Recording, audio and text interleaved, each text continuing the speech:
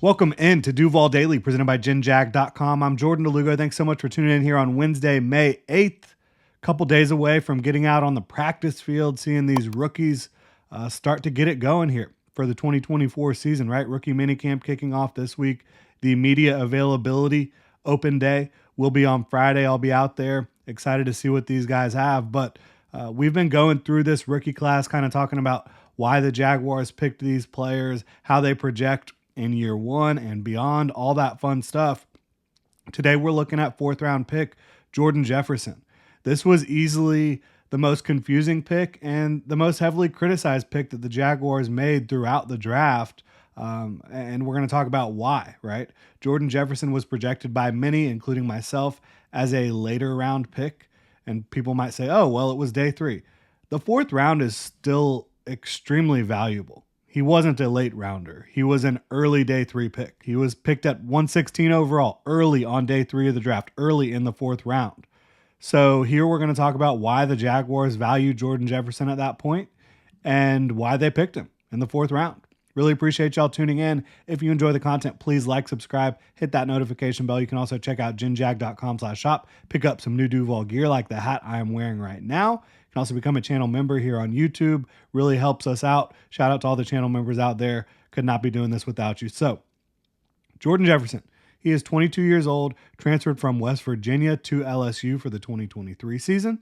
He is 6'2 3/4, so a little shorter, a little squattier, lower to the ground. I think you like that on the interior. Personally, I do. If you are squattier and have good length, which he does, 33 1/8 arms, I'm good with that. 316 pounds, so he is a big boy. He is carrying a lot of weight. Hit 31 inches on the vert, very impressive for his size. 508 40-yard dash, 104-inch broad, 34 bench press reps. What do those numbers tell you? Again, you have a really big interior defensive lineman in terms of the mass on his frame, good explosiveness, good long speed, length, and power. So that's a nice combination of traits that you see from a testing and measurable standpoint. So why wasn't he picked higher in the 2024 draft? Why wasn't he projected to go earlier? His production doesn't really pop. 7 pressures on 203 pass rush reps in 2023. That's not really enough to get you excited at all. Well below average. I mean, that's not impressive. 17 total tackles. I mean, that's okay, right? Interior defensive lineman, nose tackle type. The tape, let's dive into it. So you do see the explosiveness off the line of scrimmage pretty much immediately. He gets off the ball in a hurry, and he gets those hands on the opponent, right? There is some knockback power to move guys off their spot, push them into the backfield. But then what happens? You don't really see active hands to disengage. So yes, you've pushed a guy into the backfield a little bit, couple yards. But then what happens? Again, we're not seeing the hand activity to disengage and then be able to disrupt plays in the backfield. You don't consistently see the lateral agility to finish plays in the backfield. When he does shed blocks, I don't see much finish in the backfield. Not consistently enough. Not for a guy with his level of explosiveness. Now, defending the run. He can blow up rushing lanes. He does that pretty consistently. He can also hold up against double teams. So I think you like that a lot. The run defense profile. If you don't get a clean block on him, he can destroy a play in the backfield in a flash because he is a very good athlete, especially in a short area. So I think that the Jaguars probably see a guy who they feel can quickly become a plus rotational run defender and a guy who has the upside to be more than that. Where does the upside come from? Again, he is strong. He is quick off the ball. He is explosive, and he has pretty good length for the interior, good proportional length. So instead of quickly stalling out after creating the initial push, if he could learn to hit the offensive lineman with like a club, a swim, something more consistently, get a couple moves going more consistently after you've created that initial push, the upside really is there to be more than he showed in college. Now, 22 years old, so he's not a young pup. Like, it's not like this is a 21-year-old who hasn't played much. He's played a good amount of ball in college, right? Like, he played at West Virginia, played a lot at LSU this year. So while there is the upside, you're also wondering, why hasn't that happened more yet? Transferring can be a tough process, right? But again, I just think at this point you should see a little more. I'd also like to see him lock guys out with his length a little bit better. He's longer than a lot of the guys he's going up against and should have more natural leverage than a lot of the guys he's going up against on the interior. I think you see him chest to chest way too often. And when that happens, you just kind of stall out.